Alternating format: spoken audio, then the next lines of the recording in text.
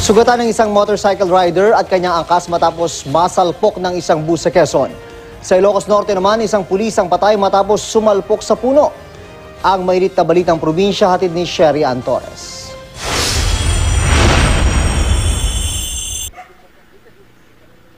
Mistulang pinitpit na lata ang sasakyang ito matapos sumalpok sa puno sa Bana, Ilocos Norte. Dead on arrival sa ospital ang biktimang si PO1 Jmar Makugay dahil sa mga sugat na tinamo. Base sa investigasyon ng mga pulis, pauwi na raw ang biktima ng maaksidente. Hindi raw kasi nito napansin ang puno dahil madilim sa lugar kaya't nasalpok niya ito. Pinag-iingat naman ng mga pulis sa mga motorista dahil bukod sa madilim ang lugar, masikip pa ang kalsada. Kritikal ang isang motorcycle rider at kanyang angkas matapos masalpok na isang bus ang kanilang motorsiklo sa Quirino Highway sa Tagkawayan, Quezon. Galing ng perya ang mga biktima at pauwi na sana nang masalpok ng bus.